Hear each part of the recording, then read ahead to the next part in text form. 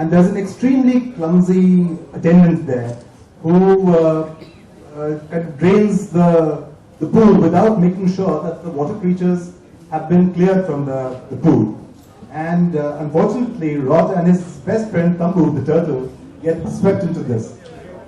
Rod finds himself actually going down the drain. And eventually he's rescued and taken to the vet's lab. Now the vet, seeing that Rod has this limb that is kind of giving him problems, decides to, with her colleague, a super brainy prosthetics expert called Dr. Zulu Swami, she decides to fit him out with amazing little instruments, little tools, and Rod, being the really clever, the genius that he is, immediately grabs hold of these tools and kind of gets used to them so quick. I don't think any human could do that. Please go ahead. Soothing music wafted through the lab. Rod and Tambu sat on the edge of their tub and looked on the screen. And looked at the screen on which Rena was projecting slides. Pointing at a sketch of Rod on the screen, Rena said, "Omol afashu, des alu, yaula." Rod and Tambu looked at each other.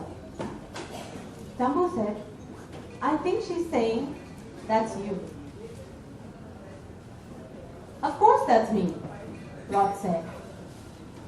"He's got a halfway limb. She doesn't have to explain that. She must think we're idiots." "I wish she'd learn to talk properly," Rod said. Rena repeated, "Okola fashu, these are lu. Yaula." Rod pointed at himself. Rena grinned happily, realizing she'd been understood. She clicked a remote and the slide changed. This time, there were drawings of a claw, a drill, a fork, a spoon, and a flashlight, all attached by holders to strange-looking pouches. Pointing at the odd objects, Rena went, "These are lu, akolao, aduri loi." Aha. Only Dobby knows what these words are. Animals hear human sounds as something completely indecipherable. So anything that Rena says comes through, really weirdly for the octopus and for the turtle. Okay. How dumb does she think we are? Rod said. She's trying to tell us what those things are. We've all seen humans use them. Yeah, Tambu agreed. That's a thingamajig, and whatchamacallit, and that's a claw, a drill, a fork, a spoon, and a flashlight, Rod said. That's just what I was going to say. Rod and Tambu did a high one with tentacle and flipper. Since they didn't have fingers, they couldn't do a high five. Rena grinned and thought, I'm really getting through to them.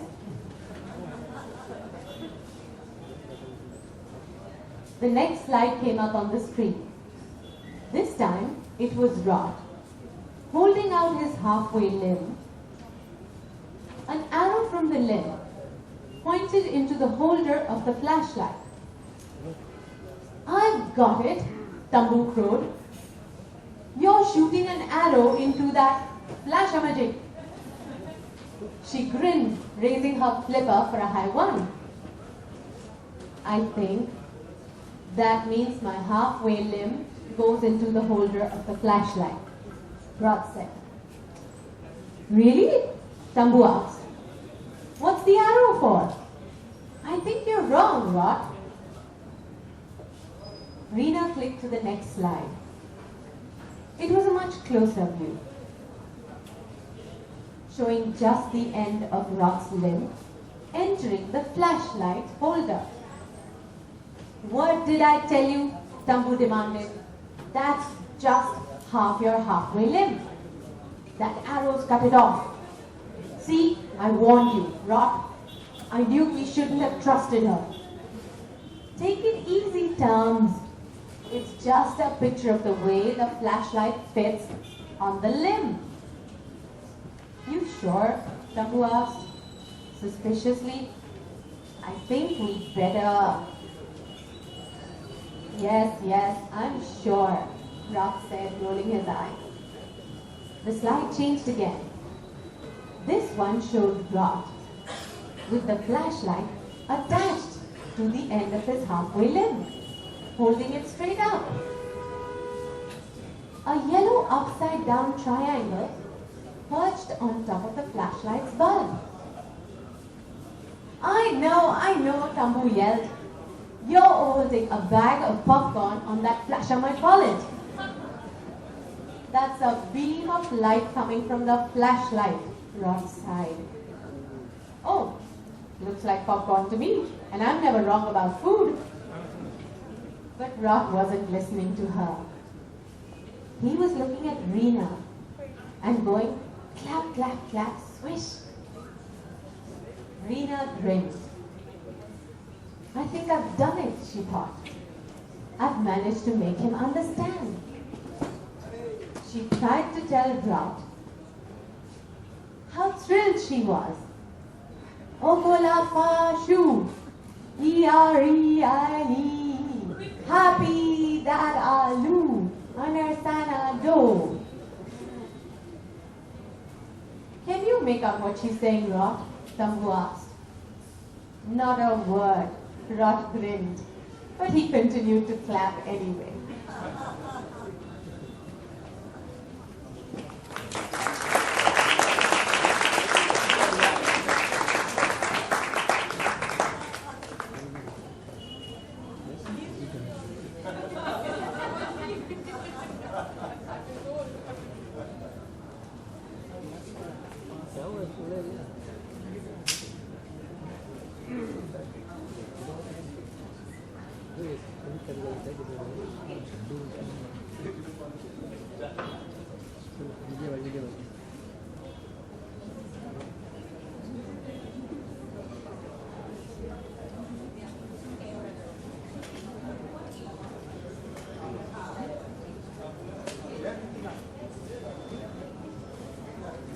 Juhi just asked me. And yes, of course, Rot is the superhero Opus.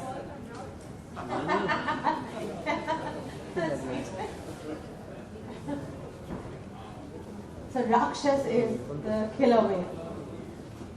Rot saw Rakshas coming straight at him like a monster from a nightmare. What am I doing? He thought. His voice was a little shaky as he shouted to Irit and Po, his friends. Irit and Po are those enemies that I was talking about. Oh. Irit is irritate and Po is poet. Okay. Remember, as soon as he chases, go fast for the ladder. This is crazy, lazy, hazy, said Po. Shut up, snapped Irritate, really irritated. Rot stood still in the water, watching Rakshas loom nearer and nearer. With just a few feet to go, Rakshas opened his mouth wide. The rows of jagged teeth gleamed. They closed in on Rot, and the great jaws snapped shut.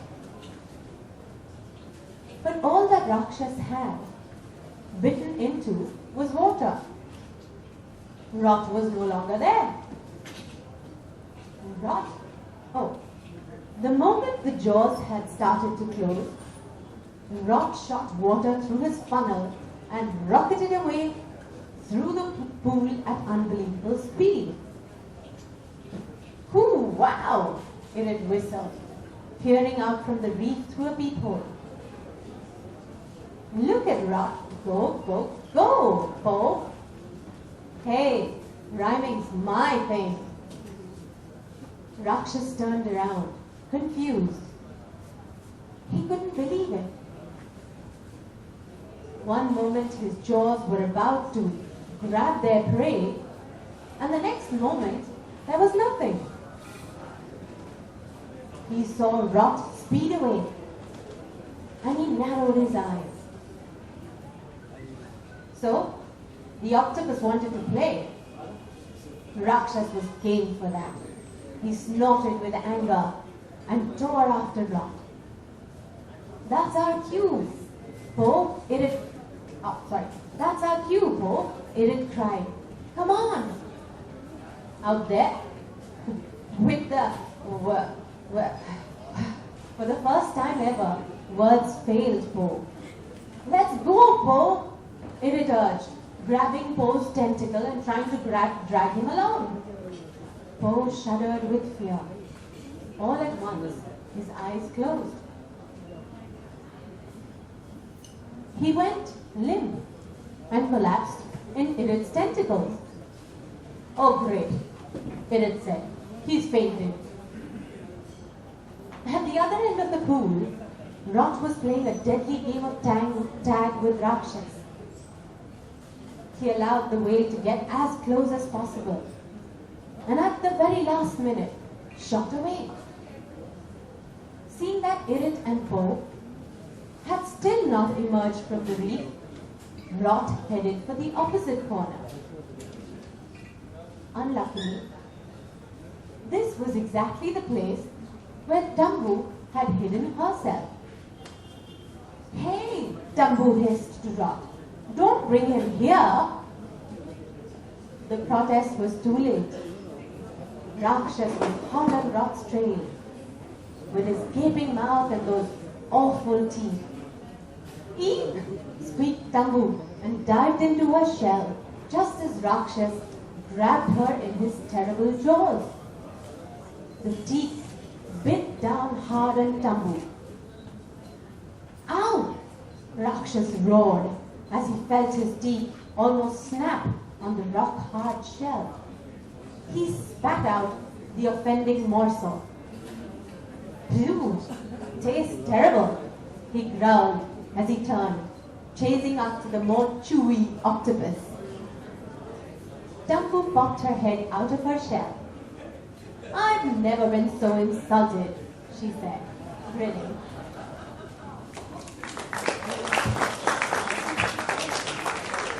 Two very small questions. Why is Rot called Rot?